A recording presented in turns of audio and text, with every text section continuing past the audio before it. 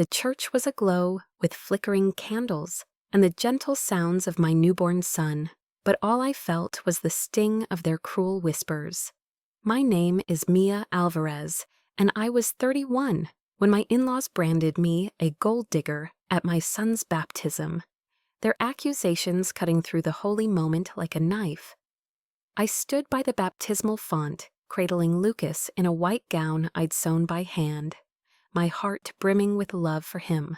But my husband's family, his mother, father, and sister, stood in their designer clothes, their eyes cold, their lips twisted in contempt.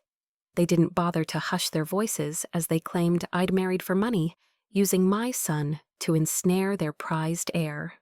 My husband, Daniel, stood beside me, silent, his gaze fixed on the floor, and that silence wounded me deeper than their words. They had no idea I'd built Lucas's $1 million trust fund, a secret that would soon turn their scorn to shock and reveal a strength they'd never anticipate. I grew up in a world where dreams were fragile and survival was everything. My parents, immigrants who ran a small diner, worked grueling hours to keep us in a cramped apartment that smelled of grease and determination. They taught me to fight for what I wanted, but affection was scarce, and I learned early to protect my heart. I was the kid who loved numbers, balancing our family's budget at 12, dreaming of a life where money didn't rule us. School was my sanctuary, and I excelled, earning a scholarship to a state college for finance. But my family's struggles shaped me. I worked 2 jobs, sent money home, and carried their expectations like a heavy load. Romance wasn't part of my plan until Daniel walked in, a law student with a warm smile that felt like a break in the storm. Daniel was my opposite, privileged confidant, born into the Caldwell family, whose real estate empire, Caldwell Enterprises, owned chunks of the city's skyline. We met at a campus coffee shop, me hunched over spreadsheets, him escaping a family gala. His easy charm broke through my walls, and our late-night talks about justice, his for law reform, mine for economic fairness, felt like fate. But his family saw me as an outsider. From our first date, his mother Eleanor referred to me as that girl, her tone dripping with disdain. His father Richard barely spoke to me, his silence a judgment. His sister Claire smirked at my thrift store outfits, asking if I'd ever seen a penthouse. I brushed it off, believing Daniel's love would bridge the gap, but love doesn't always silence prejudice. The unfairness grew sharper after we married. Daniel proposed after 2 years, a quiet moment under a starry sky, and I said yes, trusting in our future. But his family's rejection was a constant shadow. They skipped our modest wedding, sending a check as if to buy me off. When I got pregnant, I hoped Lucas would soften them, but it only fueled their suspicion. Eleanor implied I'd planned the pregnancy to secure Daniel's wealth. Claire whispered about girls like me at family dinners, while Richard questioned my background in front of guests. Daniel defended me sometimes, but his words were feeble wilting under his mother's glare. I buried the hurt, focusing on Lucas, on the life we'd build, but each slight was a stone, piling up until I felt suffocated. By the time Lucas was born, I'd built a fortress around my heart. In college, I'd started trading stocks with my small savings, mastering the market's rhythm. It grew into a secret fortune hidden even from Daniel. I didn't want their money. I wanted my own, a safety net for Lucas, proof of my worth beyond their judgment. I freelanced as a financial analyst, juggling motherhood and markets, while Daniel rose at Caldwell Enterprises, his salary tethered to their control. I refused to touch it, my independence my armor, but it couldn't shield me from their venom. The baptism was meant to be a sacred day, a celebration of Lucas's life. I planned it with care, choosing a simple church, sewing his gown with love, inviting only those who mattered. But Daniel's family turned it into a stage for their cruelty. As the priest blessed Lucas, Eleanor whispered to Claire, "She's a gold digger, trapping him with that baby." Claire's laugh sliced through the prayers. Richard muttered, "She'll bleed him dry loud enough for guests to glance over." I stood frozen, Lucas warm in my arms, my cheeks burning with shame. Daniel beside me said nothing, his eyes on the altar, and that silence was a betrayal, sharper than their words. My friend Sophia gripped my hand, her eyes fierce. But the wound was raw, their accusations gold-digger schemer, parasite echoing every doubt I'd battled. I wanted to flee to hold Lucas and vanish from their judgment. But as the ceremony ended, a man in a suit approached his face, familiar from my financial world. "Ms. Alvarez," he said quietly, "I'm James Carter, your trust attorney. We need to discuss Lucas's fund." The words were a spark, igniting the secret. I'd kept the $1 million trust I'd created for my son. Funded by my trades, my hustle, my heart. My in-laws were nearby. Their whispers still cutting, but James's presence shifted something. I nodded, heart racing, and followed him to a small room. As we walked, Claire muttered, "What's she up to now?"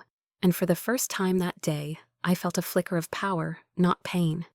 In the room, James opened a folder, papers crisp with figures.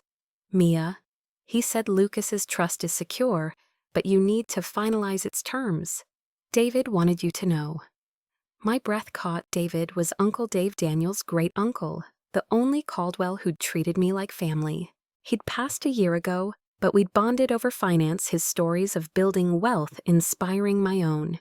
He'd known about my trading, my hidden fund, and had quietly mentored me. "He was proud of you," James said, handing me a letter in Uncle Dave's familiar scrawl. My fingers trembled, but I couldn't open it yet. The moment felt too heavy. Their gold-digger taunts too fresh. "Why now?" I asked, voice shaky. James's eyes were kind. "David wanted you to reveal it when the time was right to protect Lucas and yourself. Your in-laws are pushing to control Daniel's assets. This fund changes everything." I nodded, my mind spinning. They thought I was after their wealth, but I had my own. A fortune they couldn't touch, a legacy for my son. Part of me wanted to rush back, to shove the truth in their faces, but I held back. Their betrayal, Daniel's silence was too raw. As I left Lucas in my arms, I saw Eleanor's cold stare, Claire's smirk, Daniel's averted eyes. They didn't know what I held, but I did, and that knowledge was a flame in the darkness. Back home, I sat with Lucas asleep, Uncle Dave's letter unopened beside me. The baptism had been a breaking point, their gold-digger accusations. A public shaming I couldn't unhear. But James's words, Uncle Dave's trust, were a lifeline. I'd built something they couldn't imagine, and soon I'd show them not just to prove them wrong, but to prove to myself I was enough. I kissed Lucas's forehead, whispering, "You'll never feel less than my love." And in that quiet moment, I knew the fight was just beginning. Have you ever been judged for something you didn't do? How did you cling to your truth?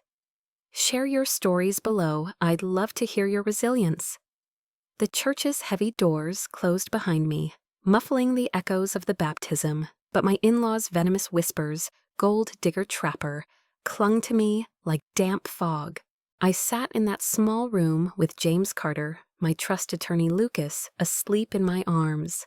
The weight of his words sinking in $1 million trust fund, built by my own hands for my son, a secret even Daniel didn't know. Uncle Dave's letter, unopened in my lap, felt like a lifeline. His faith in me, a shield against the pain of that day. My name was Mia Delgado, and I was 31, a mother of financier, a woman branded a schemer by a family who'd never seen me. Their faces, Eleanor's icy glare, Claire's sharp smirk, Richard's cold mutter, Daniel's silent betrayal burned in my mind. They thought I was after their wealth, but I held my own, and the spark of that truth kept me from breaking. But as I left the church, the road ahead loomed daunting, a fight. Not just against their lies, but for my own worth, for Lucas's future. I drove home in silence, Lucas's soft breaths, the only sound, Uncle Dave's letter in my bag, beside my sketchpad, where I'd once jotted market predictions. I couldn't open it yet. It felt too sacred, too raw after their attack. My apartment was a cozy clutter, baby toys, finance books, a thrift store lamp casting a warm glow. It was a far cry from the Caldwells' marble mansion, and the contrast hit me hard. How could I, a freelancer balancing diapers and dividends, stand against their empire?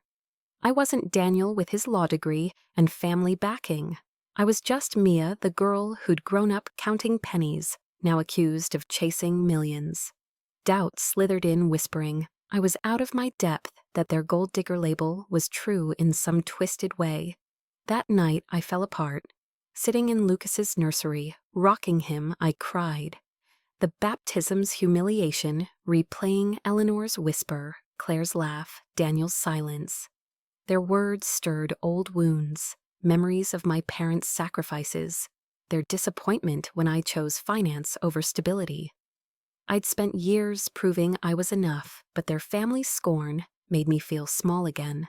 I wanted to call someone, but my parents were distant, proud, but detached, and Daniel was part of the problem now.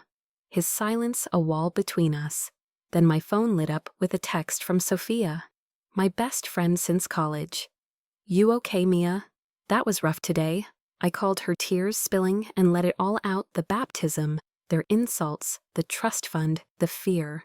Sophia listened, her voice a steady anchor. She was a teacher now, fierce and loyal, with a knack for seeing through my walls. "Mia, they're wrong," she said when I finished. "You built that fund for Lucas, not their approval. Uncle Dave saw you. You're not alone." Her words were a lifeline pulling me from the edge. Sophia had been there through my college hustle, cheering my first big trade, holding me when Daniel's family first snubbed me. "You need to read that letter," she urged. "It's from him, not them. Start there." I nodded, though she couldn't see, and after we hung up, I opened the envelope. Uncle Dave's handwriting was warm, steady. "Mia, your heart's your strength. You've built more than money, a future for Lucas. Stand tall. I believe in you." I traced the words, crying again, but this time it was different, less despair, more resolve. Uncle Dave had seen me when I was invisible, a diner girl in a world of wealth. He'd believed in me, and I couldn't let him down. The next morning, Sophia showed up with coffee and her no-nonsense attitude. "We're not letting those vipers win," she said, plopping onto my couch. "Step 1, figure out the fund. Step 2, show them you're untouchable." She'd already Googled trust funds, pulling up legal guides while I called James Carter. We spent the day strategizing, mapping out the fund's terms, education, healthcare independence for Lucas. Sophia pushed me to think bigger. "You're a financier," she said. "Dress like one." She dragged me to a boutique for a sharp blazer, ignoring my protests about the price. The next week was a crash course in resilience. James arranged a meeting with my financial team, set for 10 days after the baptism, to formalize the trust and discuss my portfolio. Until then, I was in limbo, preparing for a fight I barely understood. I met with James daily, learning the trust's structure, its investment stocks, bonds, real estate. He gave me Uncle Dave's old notes, scribbled with market tips, reminding me of our late-night talks. It was overwhelming. I'd traded for myself, not a legacy fund, but it felt like a conversation with him, guiding me through the haze. I kept freelancing, taking client calls between diaper changes, but every spare moment was spent studying, determined to protect Lucas's future. The emotional fallout was brutal. My in-laws' words at the baptism, gold digger bleeder, replayed stirring doubts I'd buried. I'd spent years proving I wasn't defined by my parents' diner, but their attack made me question everything. Was I enough for Lucas, for Daniel? He hadn't spoken since the baptism, staying late at Caldwell Enterprises, his silence a growing rift. I tried talking, but his "I'm sorry" was hollow. His eyes distant. I wanted to scream, why couldn't he stand up for me? But I focused on Lucas, his tiny hand grounding me. I sketched again, numbers and dreams, filling my notebook with plans for the fund for my life. My in-laws didn't ease up. Eleanor called her voice sugar-coated venom. "Mia, let's discuss Lucas's future. We're family after all." Claire texted blunt, "Meeting at our house tomorrow. Be there." It was a summons, not an invitation. Richard sent an email CCing Daniel, demanding transparency about our finances. I stared at my phone, heart pounding, wanting to ignore them. But Uncle Dave's letter was on my nightstand, his words a spark, "Stand tall." I had to face them not as the girl they'd shamed, but as the woman he'd believed in. The meeting was at their mansion, a cold fortress of marble and wealth. Sophia offered to come, but I went alone, blazer on notebook in hand. Lucas with a sitter. The living room was a tribunal, Eleanor and Richard in armchairs. Claire on a sofa. Daniel by a window, silent again. No one offered me a seat. We're concerned, Eleanor began, voice dripping pity. You're not equipped to handle Lucas's future. Let us manage Daniel's assets. Claire smirked. You're just here for the money, Mia. It's obvious. Richard's tone was sharp. We'll protect our grandson from your schemes. Their words were a barrage, each one aimed at the girl I'd been poor, invisible, unworthy. But I wasn't that girl. I pictured Sophia's fierce nod, Uncle Dave's letter, Lucas's trusting eyes. I'm not after your money, I said, voice steady. I've built my own, and Lucas's future is mine to protect. The room went quiet, Eleanor's smile faltering, Claire's smirk freezing. Daniel looked up, startled, but said nothing. Richard laughed, dismissive. What's your little freelance gigs? Don't be ridiculous. I'm not, I said, gripping my notebook. You'll see. I turned and left their voices rising, but as I stepped into the sunlight, I felt lighter. Not because I'd won, they'd fight, I knew it, but because I'd stopped shrinking. Sophia met me at a cafe, grinning when I recounted it. You're a badass, she said, high-fiving me. But the fear was there. The financial meeting loomed, and my in-laws' rage was a storm brewing. That night, I reread Uncle Dave's letter, his words grounding me. I wasn't ready to face their world, but I was done hiding from it. Sophia stayed over, and we planned next steps, researching trusts, sketching strategies.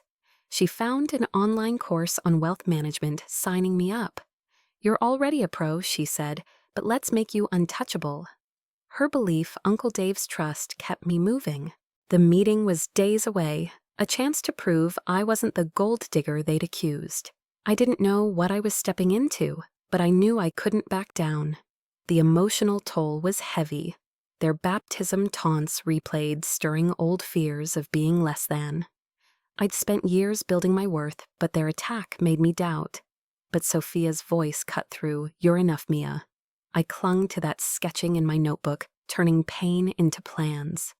It wasn't much, but it was a start, a way to reclaim my power.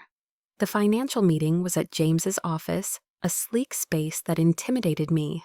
I practiced with Sophia, memorizing terms: fiduciary duty, asset allocation. I wasn't a mogul, but I could hold my own. The night before, I sat with Uncle Dave's letter, tracing his words. I was terrified, but I was his ally, his choice.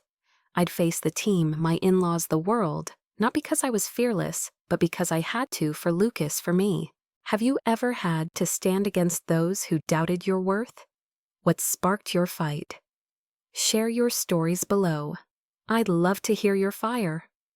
The door to James Carter's office clicked shut behind me, but the sting of my in-laws' words from the baptism, gold digger schemer, still burned, mingling with the fresh wound of their ambush at the mansion. I'd stood my ground, declaring I'd built my own wealth for Lucas, but their laughter, Eleanor's pitying smile, Claire's sharp smirk, Richard's dismissive chuckle echoed in my head. I was Mia Delgado, 31, a mother clutching a secret $1 million trust fund for my son, a legacy my in-laws couldn't fathom.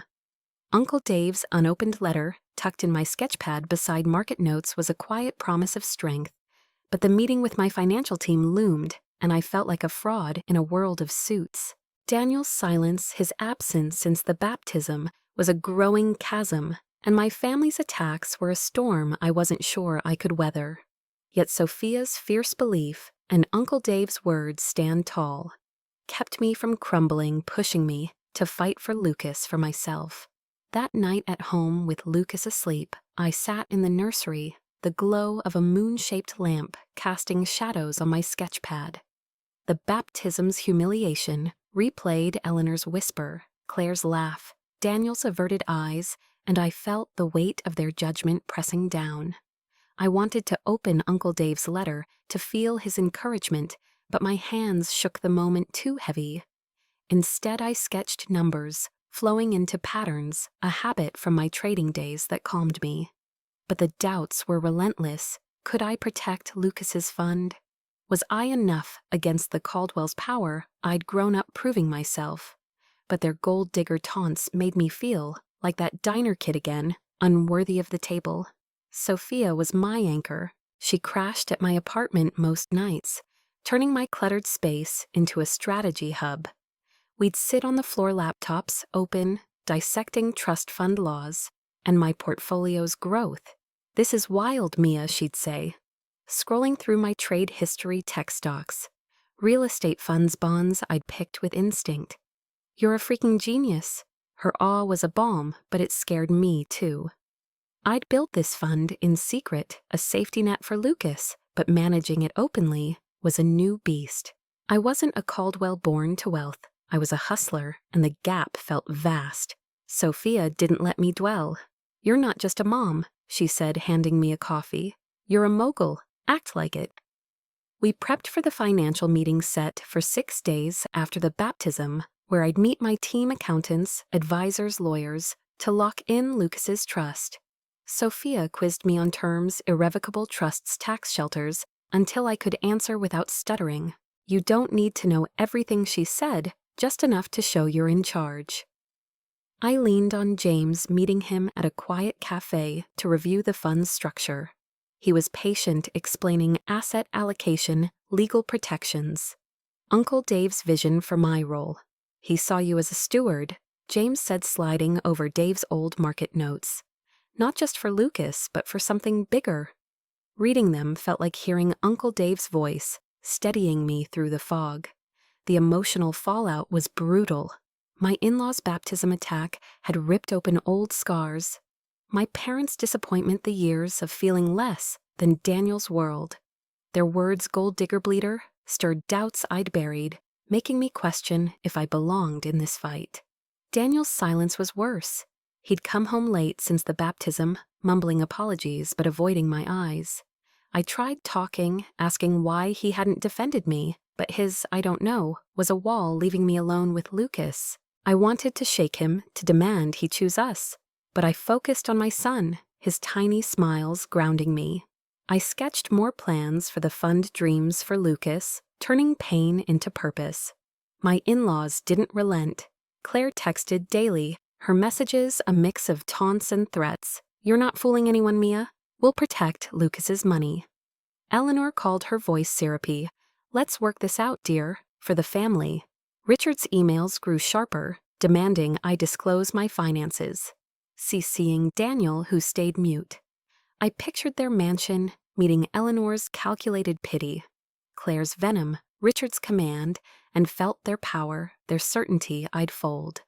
Sophia taught me to mute their messages, but the hurt lingered, a reminder of the love I'd never had from them, or now from Daniel. A spark came unexpectedly. Sorting through Uncle Dave's notes, I found a photo of us at a market seminar, me 25, him grinning like a proud dad. Tucked behind it was a note, "Mia's mind is sharper than any boardroom." I cried, not just for him, but for the girl he'd seen, fearless, capable, before the Caldwells' scorn. He'd believed in me, not because I was perfect, but because I was me. I wasn't just fighting for Lucas's fund, I was fighting for that girl, for the dreams she'd dared to hold. Sophia dragged me to our old college library, a place where I'd honed my trading skills. "You need to feel that fire again," she said, setting me up with my sketchpad. I wrote not market predictions, but a vision for the fund, scholarships, investments, in community startups, a legacy of giving back. It wasn't polished, but it was mine, a way to make Uncle Dave's belief real. Writing felt like reclaiming my voice, a reminder that my numbers, my heart had power. The financial meeting loomed, and my nerves were raw. Sophia role-played as a tough advisor throwing curveballs. "What's the fund's risk profile?" until I could answer with confidence. James gave me a rundown of the team, 5 experts, all seasoned, likely skeptical of a young mom with no formal firm. "They'll challenge you," he warned. "Show them you're here to stay." I nodded, stomach churning, but I saw the meeting as a chance to prove I wasn't the gold digger my in-laws claimed. The day before, Sophia insisted on a new outfit, a tailored suit, deep blue that felt like armor. "You're not hiding anymore," she said, adjusting my collar. In the mirror, I saw a woman I didn't fully recognize, not a mogul, but not a victim either. That night, I practiced my opening a mix of Uncle Dave's vision and my own plans for Lucas. I wasn't fluent in their world, but I could tell a story, and that's what I'd do. Tell the story of a fund that would secure my son's future no matter who tried to take it. The meeting was at James's firm, a glass-walled office that screamed wealth. I arrived early, sketchpad in hand, Uncle Dave's photo tucked inside for courage. James met me, his smile steady. "You're ready," he said, leading me to a conference room. The team, 3 men, 2 women, all in crisp suits, watched as I entered, their expressions a mix of curiosity and doubt. The lead advisor, Mr. Thornton, spoke first, voice clipped. "Ms. Delgado, we're intrigued by your role. What qualifies you to oversee this fund?" My heart raced, but I pictured Sophia's grin. Uncle Dave's note. "I'm not here to claim I'm an expert," I said, voice wavering but clear. "I'm here because I built this fund trade by trade for my son. Uncle Dave trusted me to protect it, and I'm here to learn, listen, and lead with purpose." I opened my sketchpad, showing my plans, scholarships, community investments, numbers backed by my research. "This is where we start." The room was quiet, their faces unreadable. Then Ms. Rivera, a younger advisor, nodded. "That's bold," she said, a hint of respect in her voice. "Let's work with it." It wasn't a triumph, but it was a foothold. Mr. Thornton raised an eyebrow, but agreed to a trial period 6 months to prove my vision. I left the meeting drained but alive, like I'd faced a dragon, and walked away, scorched but standing. Sophia took me out for ice cream, refusing to let me overthink. "You owned that room," she said, licking her cone. They're shook. I laughed, but the fear lingered. The team was one battle. My in-laws were another. They'd called a family summit for the next day, demanding I clarify my claims. I knew it'd be vicious, but I was done bowing. Uncle Dave's letter was in my bag, his words my strength. "Your heart's your strength."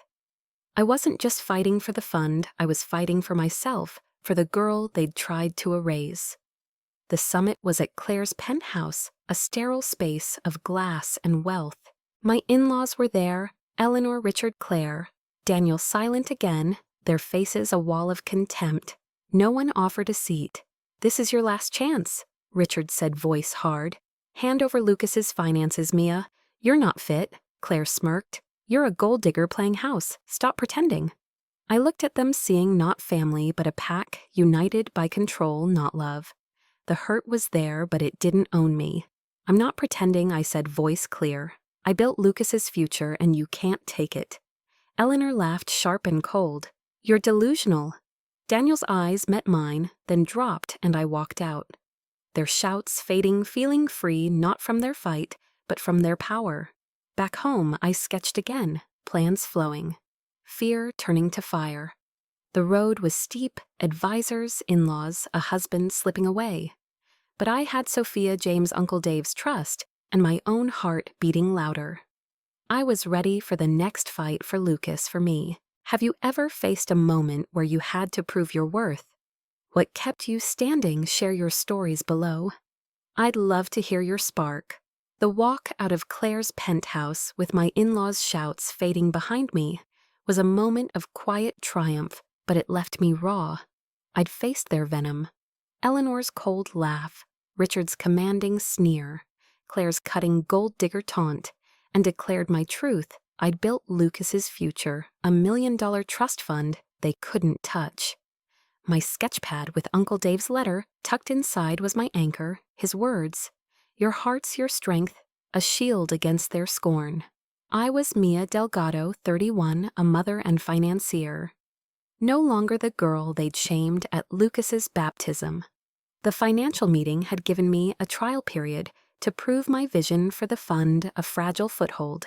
In a world of wealth, I was still learning. But the victory was hollow. Daniel's silence, his eyes dropping as I left, was a wound that wouldn't close. And my in-laws' rage was a storm gathering strength. Sophia's fierce support and Uncle Dave's faith kept me standing, but the fight was draining, and I was only beginning to see the woman I could become. Work became my sanctuary. The trust fund was a living thing, a web of investments I'd woven over years, and I threw myself into mastering it. I met with James Carter's team, weekly diving into spreadsheets, dividend yields, portfolio diversification, tax strategies. Ms. Rivera, the advisor who'd given me a chance, became a mentor, teaching me to navigate the team's skepticism. "You've got a knack," she said, during a review of my tech stock picks. "Trust it." Her encouragement was a spark, and I leaned into it, sketching new plans in my notebook, a scholarship arm for the fund investments in green startups, a nod to Uncle Dave's belief in wealth for good. They were ambitious, but they felt like his dream alive in my hands. Sophia was my lifeline outside the office. She'd barge into my apartment with takeout, forcing me to pause my late-night research. "You're a badass, but you need tacos," she'd say, tossing me a burrito. Her boyfriend Leo started joining us. His goofy stories about teaching kids art easing my tension. One night they dragged me to a comedy club, and I laughed until my sides hurt, a rare moment of lightness. "This is you, Mia Sophia," said, her eyes warm. Not just the money queen, but the girl who giggles at bad jokes. Her love reminded me I wasn't just fighting for Lucas's fund. I was fighting for my own life, too. The emotional toll was heavy. My in-laws' baptism, taunts gold digger schemer, lingered, stirring doubts I'd buried. I'd spent years proving I wasn't defined by my parents' diner, but their attack paired with Daniel's silence made me question my worth. He was a ghost, now staying late at Caldwell Enterprises. His apologies empty when he came home. I tried confronting him, asking why he let them tear me down, but his "I'm trying" was a wall, leaving me alone with Lucas. I wanted to scream, to demand he choose us, but I poured my energy into my son. His giggles a balm. I sketched more plans for the fun dreams. For Lucas, turning hurt into hope. My in-laws' attacks didn't stop. Eleanor sent emails cloaked in concern. "We're worried about Lucas's financial security, Mia. Let us help." Claire's texts were vicious. "You're a fraud, and everyone knows it." Richard called, his voice hard, demanding I meet their lawyer to settle Lucas's assets. Each jab was a reminder of their power, their certainty I'd break. Sophia taught me to archive their messages, but the pain was a bruise, a reminder of the family I'd never had with them, and the husband I was losing. Daniel's silence was the deepest cut, his refusal to stand with me, a betrayal I couldn't forgive.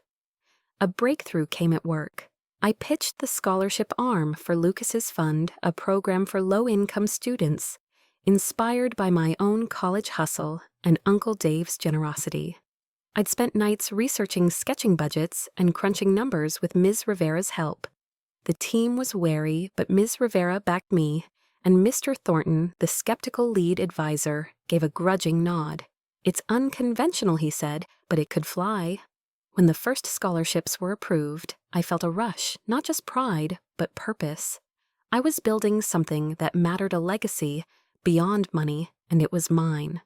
Sophia pushed me to live the part. "You're not a freelancer anymore," she said, dragging me to a tailor for a proper suit. "You're a titan." The cost made me flinch, but in the mirror I saw a woman who could command a room. She also nudged me to move out of my cozy apartment. "Lucas needs space," she said, "and you need a fortress." With James's help, I found a condo downtown, bright with big windows and a view of the city.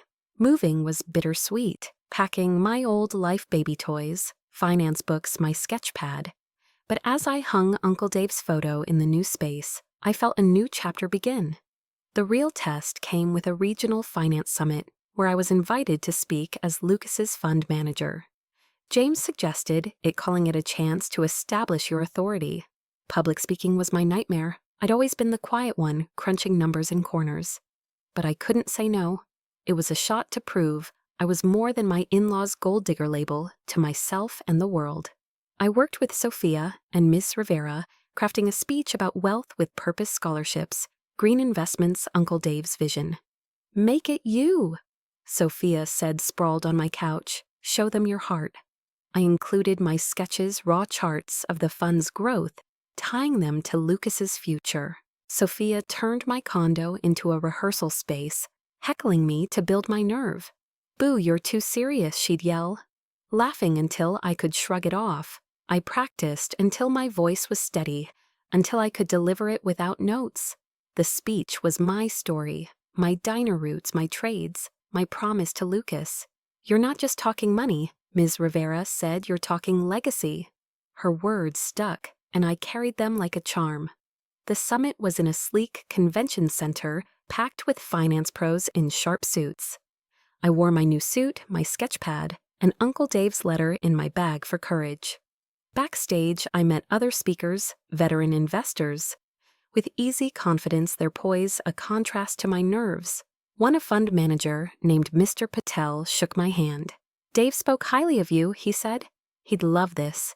His words hit me hard, and I blinked back tears, nodding. When my turn came, I stepped into the spotlight, the crowd a blur. I took a breath, pictured Lucas's smile, and began. "My son Lucas is why I'm here," I said, voice clear. "I built his trust fund to give him freedom, not just wealth. Uncle Dave taught me that money can change lives, and I'm here to do that." I shared the scholarship's impact, the fund's green bets, showing my sketches' numbers woven with heart. "This is my promise to Lucas," I said, "and to everyone who dreams big." The applause was warm, not thunderous, but real. Miss Rivera clapped, Sophia cheered from the back. Even Mr. Thornton nodded. I'd done it, my first public claim of my power.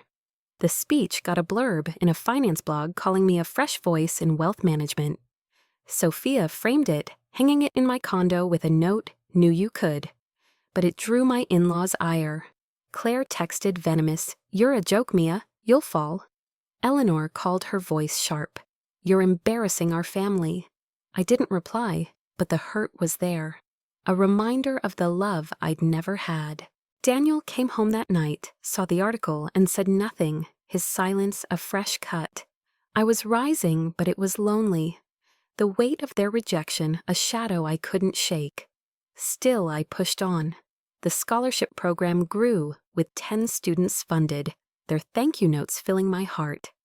I enrolled in a night course on trust law, studying late to master my role. I met with the team, asking questions, learning their doubts. Some trusted me, others saw me as a novelty. But I wasn't temporary. I was Uncle Dave's choice, and I was starting to believe it. The summit had been a spark, but bigger battles loomed. My in-laws' legal threats were growing, and Daniel's distance was a chasm.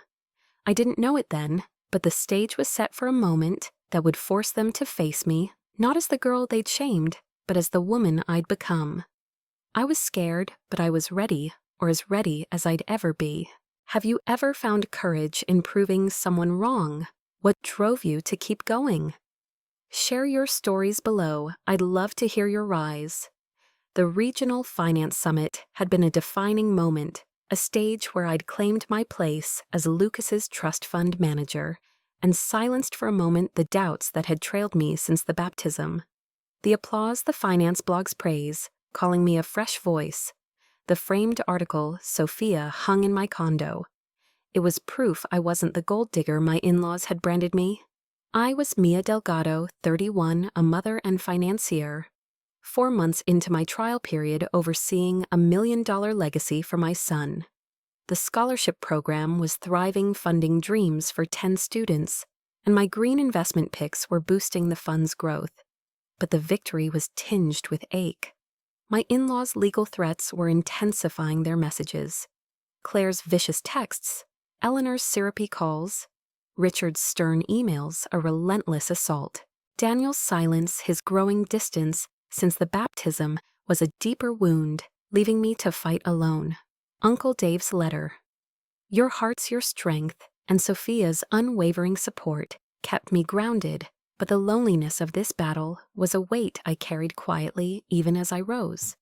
Work was my refuge, a place to channel pain into purpose. Lucas's trust fund was a complex tapestry of investments, and I immersed myself in its details, meeting weekly with James Carter's team to refine strategies. Ms. Rivera, my mentor, guided me through high-stakes decisions, shifting assets to sustainable tech hedging against market dips. "You're a natural," she said. During a review of my latest trades, her smile warm. I leaned into her faith, sketching bolder plans in my notebook, a community loan program tied to the fund microinvestments in local businesses, a nod to Uncle Dave's belief in wealth that uplifts. Each idea felt like a brushstroke on his legacy, and I was determined to make it vibrant. Sophia kept me tethered to myself. She'd show up at my condo with wine and her trademark bluntness, forcing me to step away from spreadsheets. "You're killing it, but you're not a robot," she'd say, pouring me a glass. Leo, her boyfriend, joined us often, his art teacher charm lightening my mood with tales of his students' wild projects. One night they dragged me to a local art walk, and I wandered through stalls laughing at Leo's attempt to interpret a splattered canvas. "This is the Mia I love," Sophia said, linking arms with me. "The one who dreams, not just crunches numbers."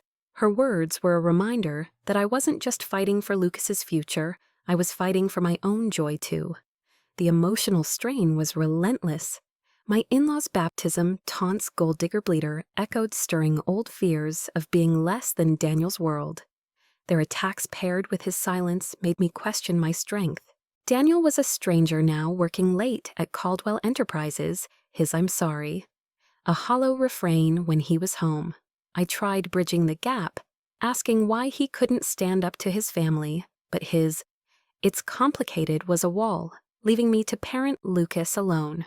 I wanted to scream, to demand he fight for us, but I focused on my son. His giggles a lifeline. I sketched more plans for the fun dreams. For Lucas, turning heartbreak into hope. My in-laws' campaign didn't falter. Eleanor's emails grew, pointed, hinting at legal action. "We'll ensure Lucas's assets are properly managed, Mia." Claire's texts were cruel. "You're a scam and Daniel's waking up." Richard sent a formal letter demanding I meet their attorney to resolve Lucas's finances, CCing Daniel, who stayed mute.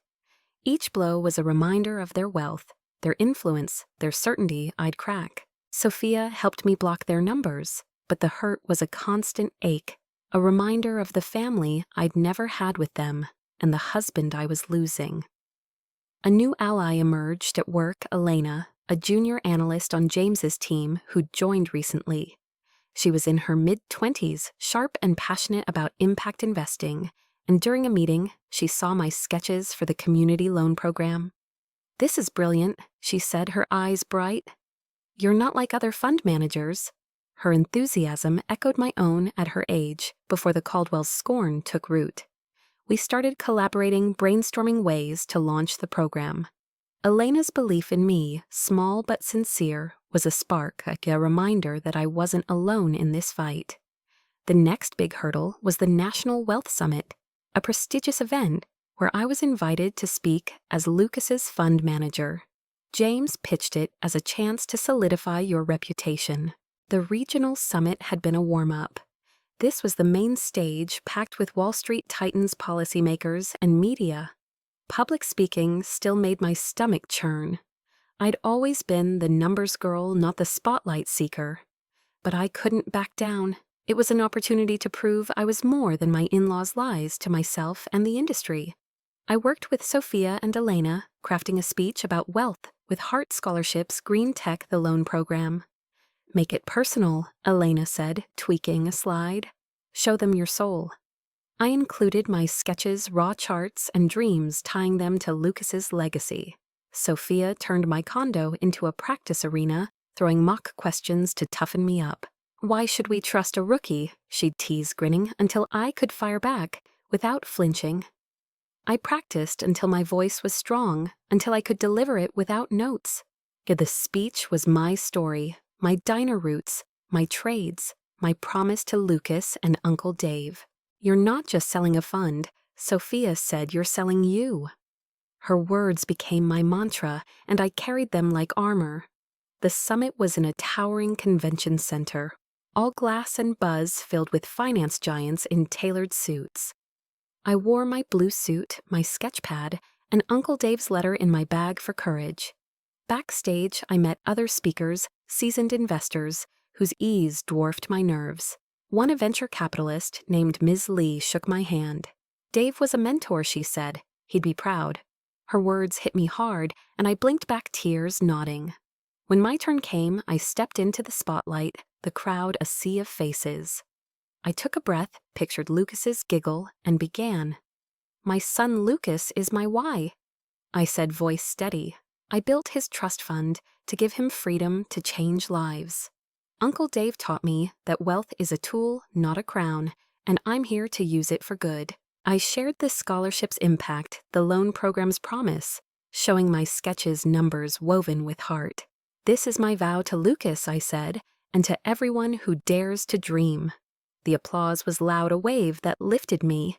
Ms. Rivera stood, clapping, Elena cheered, even Mr. Thornton nodded.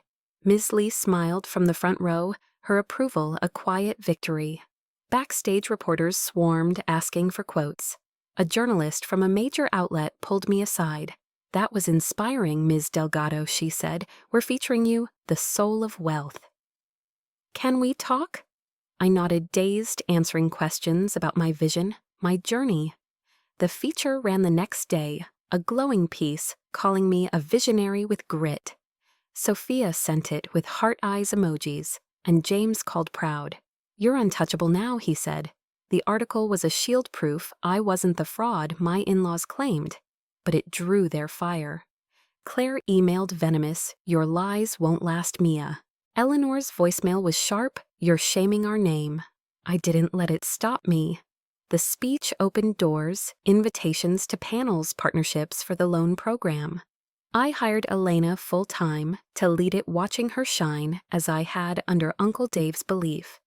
I was building a life, not just a fun one where I wasn't defined by my in-laws' scorn or Daniel's silence. But the loneliness was real.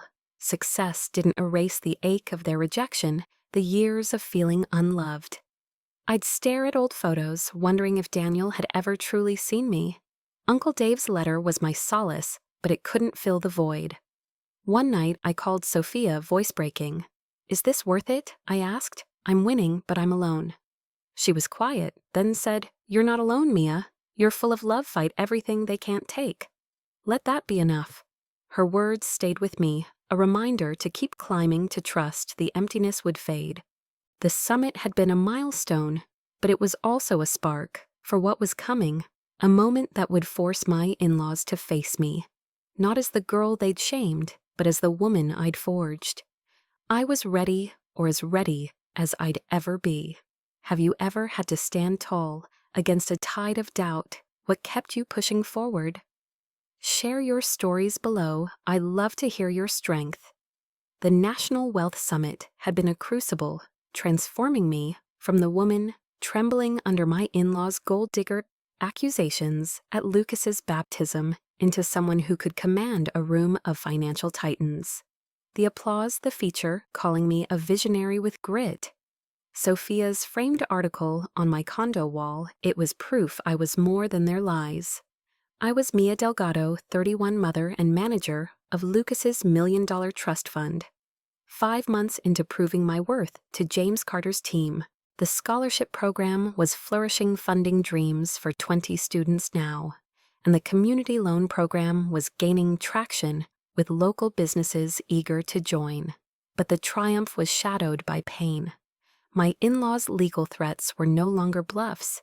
They'd filed a motion to control Lucas's assets, painting me as a fraud.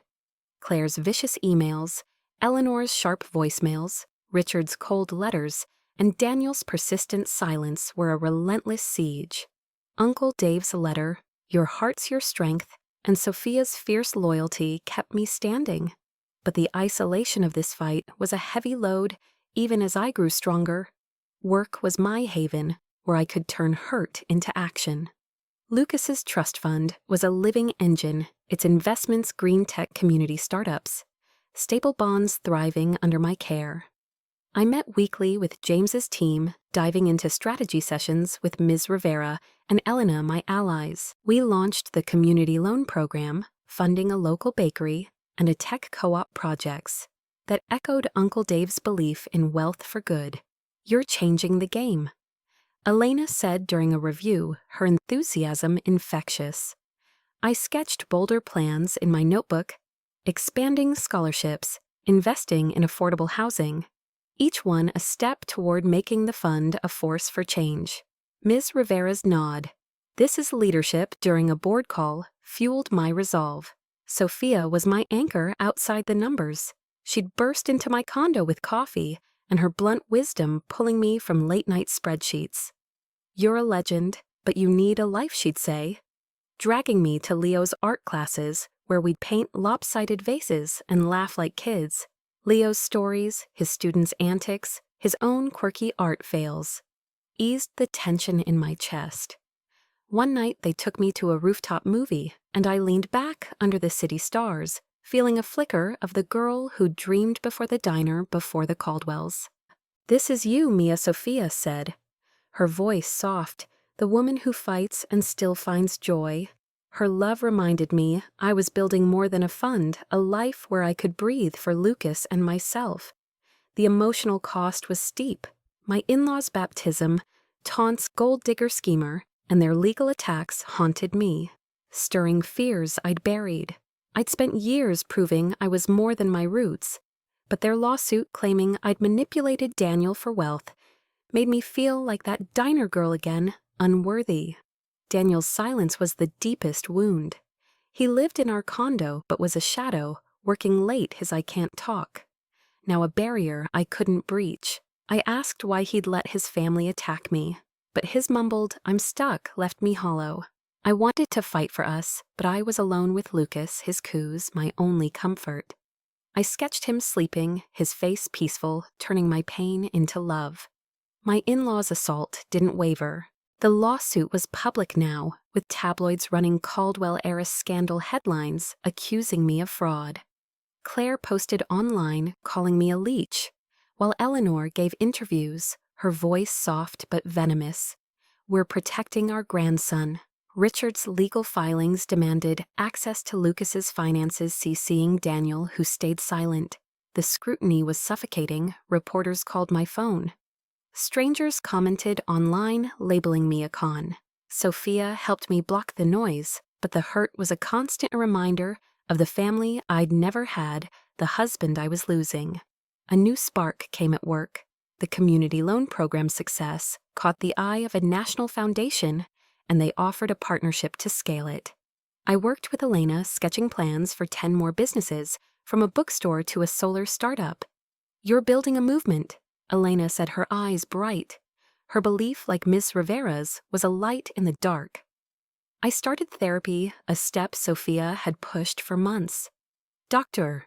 Chen, a calm woman with sharp insights, helped me unpack the pain. You're carrying their judgment like it's truth, she said. What if you let it go? Her question cracked something open, and I began to see my in-laws' cruelty as their failure, not mine. The next challenge was the annual Caldwell Enterprises Charity Gala, a high-profile event Daniel's family hosted to fund housing initiatives. James suggested I attend, presenting the scholarship program as a guest speaker. It's a chance to outshine them, he said, his voice firm. The summit had been a triumph, but this was enemy territory, a ballroom of Caldwell allies media, and my in-laws who'd likely use it to push their narrative. I was terrified, but couldn't back down. It was a shot to prove my fund's impact, to show I was no gold digger. I worked with Sophia and Elena, crafting a speech about wealth with purpose scholarships. Loans, Uncle Dave's legacy. Make it raw, Sophia said, tweaking a slide. Let them see your fight. I included my sketches charts of the fund's growth, a drawing of Lucas's hand tying them to my promise. Sophia turned my condo into a rehearsal space, throwing tough questions to steel my nerves.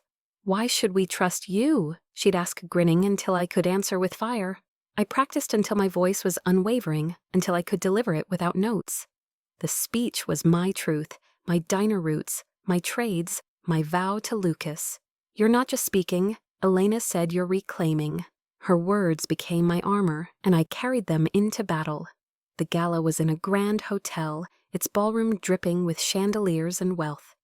I wore a deep green gown, my sketch pad, and Uncle Dave's letter in my clutch for courage. The crowd was elite investors, politicians, media buzzing with power. Ms. Rivera greeted me, her hug steady, while Elena trailed starstruck by the glamour. James was there, nodding approval. I mingled, talking up the scholarship program, surprised at my ease. A mayor praised my vision, a donor asked for a meeting.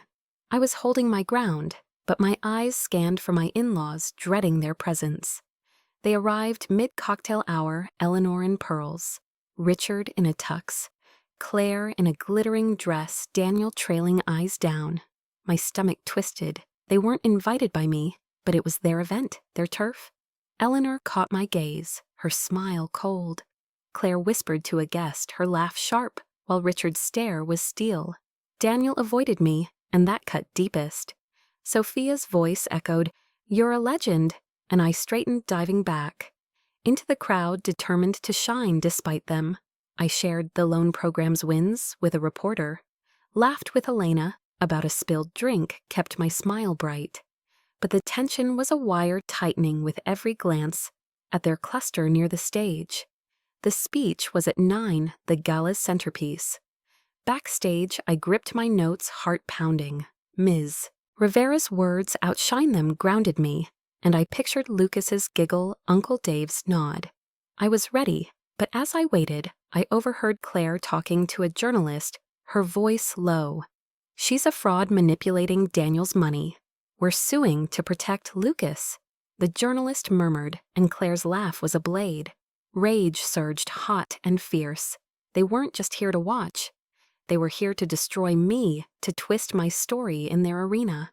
I wanted to confront her, to scream the truth, but I didn't. I channeled the fury into resolve, gripping my sketch pad. They wanted a show, I'd give them one, not with anger, but with power. I stepped onto the stage, the spotlight warmed the crowd, hushing. I saw Eleanor's tight smile, Claire's smirk, Richard's crossed arms, Daniel's bowed head, but also Ms. Rivera's nod. Elena's grin, James's steady gaze. I took a breath and began. "My son Lucas is my heart," I said, voice clear. "I built his trust fund to give him freedom to change lives. Uncle Dave taught me that wealth is a tool for good, and I'm here to wield it." I shared the scholarship's impact, the loan program's reach, showing my sketches, numbers, and dreams. Some call me unfit. I said eyes on my in-laws, but I'm here building a legacy because I earned it. The applause was thunderous, shaking the room. Ms. Rivera stood, Elena cheered, even Mr. Thornton clapped. But my in-laws' faces were pale, their confidence fraying. The gala was a turning point, but not the end. The lawsuit loomed, Daniel's silence grew, and my in-laws' desperation was a storm brewing. I didn't know it then, but a bigger stage was set, one where the truth would explode, forcing them to face the woman I'd become. I was scared, but I was ready, carrying Lucas's future, Uncle Dave's faith, and my own heart. Have you ever had to fight for your truth against lies? What kept you standing? Share your stories below. I'd love to hear your fire. The Caldwell Enterprises Charity Gala had been a battleground, a glittering stage where I'd faced my in-laws' scorn and claimed my place as Lucas's trust fund manager. My speech raw with my diner roots, my promise to Lucas, and Uncle Dave's vision had silenced their whispers, the crowd's thunderous applause, a shield against their gold digger taunts from the baptism. The media's praise, calling me a visionary with grit, was framed in my condo, a quiet triumph beside Uncle Dave's letter. I was Mia Delgado, 31, mother and financier, 6 months into proving my worth to James Carter's team. The scholarship program was expanding, the community loan program was thriving, and the trust fund's green investments were soaring. But the victory was bittersweet. My in-laws' lawsuit, accusing me of fraud, was gaining traction, their public attacks. Claire's vicious posts, Eleanor's teary interviews, Richard's legal demands relentless. Daniel's silence, his refusal to bridge the chasm between us, was a deeper wound. Sophia's fierce support and Uncle Dave's words, "Your heart's your strength," kept me upright, but the fight was exhausting, and the moment that would break it all open was closer than I knew. The gala's aftermath was a whirlwind. The scholarship program funded 30 students, now their thank you letters, filling a box in my condo, each one a reminder of why I fought. The loan program partnered with a national foundation, funding 20 businesses from a vegan cafe to a solar tech startup. Reporters called for interviews, donors offered partnerships, and the team, Ms. Rivera Elena, even Mr. Thornton, rallied behind me. "You're proving Dave right," Ms. Rivera said over coffee, her smile warm. I pushed for more, a housing grant tied to the fund inspired by Uncle Dave's notes on community wealth. It was ambitious, but when a city council backed it, I felt his pride like a hand on my shoulder. Sophia was my haven. She and Leo crashed at my condo, often bringing pizza and their infectious joy. "You're a rock star, but you need fun," Sophia said, dragging me to a salsa class, where I stumbled but laughed a rare lightness. Leo painted a mural in Lucas's room. Stars and daisies, a nod to Uncle Dave, and watching Lucas giggle at it eased my heart. "You're not just a boss," Sophia said, hugging me. "You're Mia, the one who fights and loves." Her words grounded me, a reminder I was building a life, not just a legacy for Lucas and myself. The emotional toll was crushing. The lawsuit's public glare headlines like Caldwell family feud intensifies made me feel exposed to fraud despite my wins. My in-laws' baptism, taunts gold digger schemer, and their legal claims accusing me of manipulating Daniel haunted me. Daniel's silence was the sharpest pain. He lived with us, but was a ghost, his late nights at Caldwell Enterprises a wall I couldn't scale. I begged him to talk, to stand with me, but his "I'm trying" was empty. His eyes avoiding mine. I wanted to save us, but Lucas was my priority, his coups my strength. I sketched him, his tiny hand in mine, turning grief into resolve. My in-laws' attacks escalated. The lawsuit demanded control of Lucas's assets, claiming I was unfit. Claire posted online, calling me a con artist, while Eleanor's interviews painted me as a threat to Lucas's future. Richard's legal filings grew aggressive, hinting at custody battles, CCing Daniel, who stayed mute. The media frenzy was suffocating. Reporters ambushed me outside my condo. Strangers online branded me a villain. Sophia helped me dodge the noise, but the hurt was raw, a reminder of the family I'd never had, the husband I'd lost. Therapy with Dr. Chen was a lifeline. "Their lies are their fear," she said. "You're proving them wrong by existing." Her insights helped me see their cruelty as their failure, not mine, and I leaned on my sketches, plans, dreams, Lucas's face to process the pain. A new ally emerged at work, Marcus, a lawyer on James's team who joined to handle the lawsuit. He was young, sharp, and believed in my vision. "They've got nothing," he said, reviewing their filings. "You built this fund, we'll bury them." His confidence, like Elena's and Ms. Rivera's, was a spark, a reminder I wasn't alone. The turning point came at the Global Impact Investment Conference, a massive event where I was invited to keynote, presenting the fund's housing grant. James called it "your moment to dominate." The gala had been a win, but this was global, thousands of investors, policymakers, and media, a stage where my in-laws could strike. I was terrified but resolute.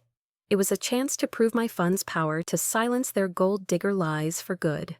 I worked with Sophia, Elena, and Marcus, crafting a speech about wealth as a force for change.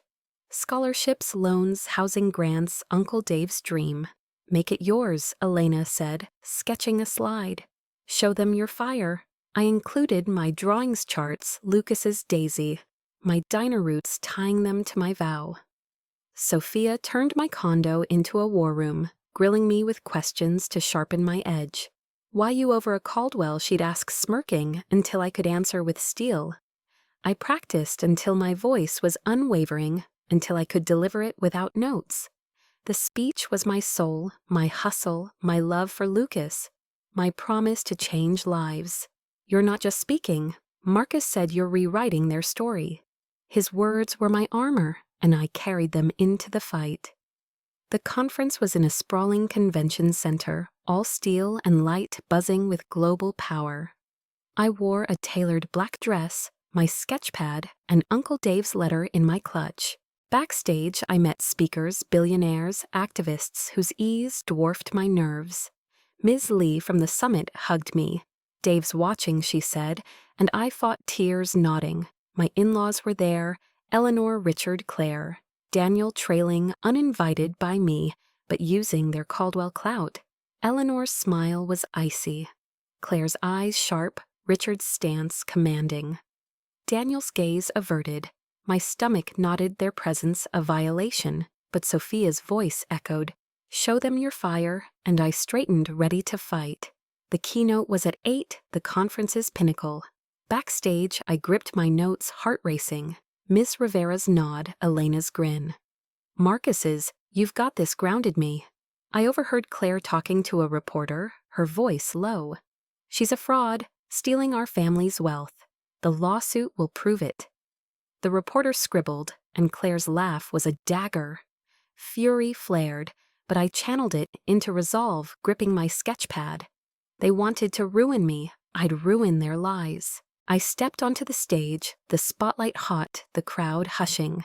I saw Eleanor's tight lips, Claire's smirk, Richard's crossed arms, Daniel's silence, but also Ms. Rivera's smile, Elena's cheer, Marcus's nod.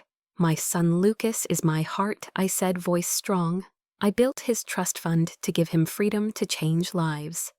Uncle Dave taught me wealth is for service, and I'm here to deliver.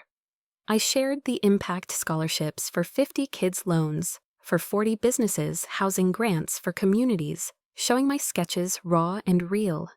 Some call me a fraud, I said, eyes on my in-laws. But I built this trade by trade, and I'm here to stay. The crowd roared, hands, clapping feet, stomping. Then James stepped up, unscripted, his presence commanding. "A clarification," he said, holding a document. "Mia Delgado built Lucas's trust fund, verified by courts. Claims of fraud are baseless, and the lawsuit against her is collapsing." The room gasped, then erupted applause, deafening. I stood, frozen tears pricking, as James turned to me. "Mia, Dave's legacy is yours," he said, soft but firm. The cheers were for me, for Lucas, for truth. My in-laws' faces shattered, Eleanor's jaw tight, Claire's eyes wide, Richard's fists clenched. Daniel's gaze broken, finally meeting mine. The reporter stood stunned, her story flipped. The crowd felt the justice, and it was mine. I left the stage legs trembling. Miss Rivera hugging me, Elena shouting, "You slayed guests." Swarmed investors, policymakers, reporters, wanting interviews, partnerships. A senator offered a housing grant collaboration. A journalist begged for a feature. But my eyes followed my in-laws, slipping out heads low. Claire glanced back, shame in her eyes, not scorn. Daniel lingered, his face unreadable, then left. I let them go, the door closing on their hold. In my condo, I sat with Uncle Dave's letter, Lucas asleep. The conference was my triumph, the lawsuit's end, but it didn't heal the pain.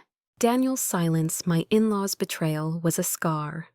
I cried for the girl at the baptism, believing she was less. I wasn't her anymore. I was Mia, visionary mother enough. Have you ever turned lies into truth? How did it feel to claim your power? Share your stories below. I'd love to hear your victory. The Global Impact Investment Conference had been a seismic moment, a stage where I'd laid bare my truth and shattered my in-laws' lies. My keynote, woven with my diner roots, my love for Lucas and Uncle Dave's vision, had turned their gold digger accusations from the baptism into dust. The crowd's roar, a testament to my triumph. James Carter's bombshell, declaring Lucas's trust fund mine and the lawsuit baseless, was a public vindication, its echo in headlines like "Delgado defies Caldwell dynasty," pinned beside Uncle Dave's letter in my condo. I was Mia Delgado, 31, mother and financier. No longer on trial, but confirmed as the steward of a $1 million legacy. The scholarship program now funded 60 students. The community loan program empowered 50 businesses. And the housing grant was reshaping neighborhoods. Yet the victory was laced with sorrow. My in-laws' defeated faces. Eleanor's tight jaw, Claire's shamed eyes, Richard's clenched fists, and Daniel's fleeting broken glance didn't erase the pain of their betrayal. Sophia's fierce loyalty and Uncle Dave's words, "Your heart's your strength," held me up. But the loneliness of this journey lingered a quiet ache beneath the applause. The weeks after the conference were a surge of momentum. The trust fund was a powerhouse. Its investments green tech community startups stable bonds, drawing global attention. A UN agency reached out proposing a partnership for the housing grant, and I flew to New York to pitch at my sketches in hand, feeling Uncle Dave's pride. The scholarship program expanded, with students sending art drawings poems, a daisy from a girl named Lila, that I hung in my condo, a gallery of dreams. The loan program funded a women's co-op, and I visited their launch, watching mothers like me beam with hope. Ms. Rivera and Elena were my rocks, strategizing over late-night calls, while Mr. Thornton, once skeptical, now called me Mia with a rare smile. Dave knew what he was doing, he said, and I carried that like a medal. Sophia was my sanctuary. She and Leo moved closer to my condo, and we'd host playdates for Lucas, their laughter filling my home. "You're a legend, but you're still my dork," Sophia teased, tossing me a cookie during a movie night. Leo painted Lucas a growth chart stars, climbing a tree, and watching my son giggle at it healed me. "You're building a world." Mia Sophia said, her voice soft, "Not just for Lucas, but for you." Her love reminded me I wasn't just a financier. I was a woman reclaiming joy stitch by stitch. The emotional scars were deep. The lawsuit was dismissed, the courts affirming my fund's legitimacy. But the public fight tabloid headlines, Claire's posts, Eleanor's interviews left me exposed. Their baptism taunts gold digger schemer faded, but the pain of their rejection of years, feeling unseen, lingered. Daniel was the hardest loss. He'd moved out after the conference, leaving a note, "I need time." I didn't chase him. His silence had chosen his family over us. And though I grieved the man I'd loved, I focused on Lucas. His curious eyes, my North Star.